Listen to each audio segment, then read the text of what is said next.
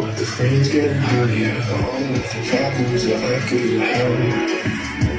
Oh, I'm bound on fire.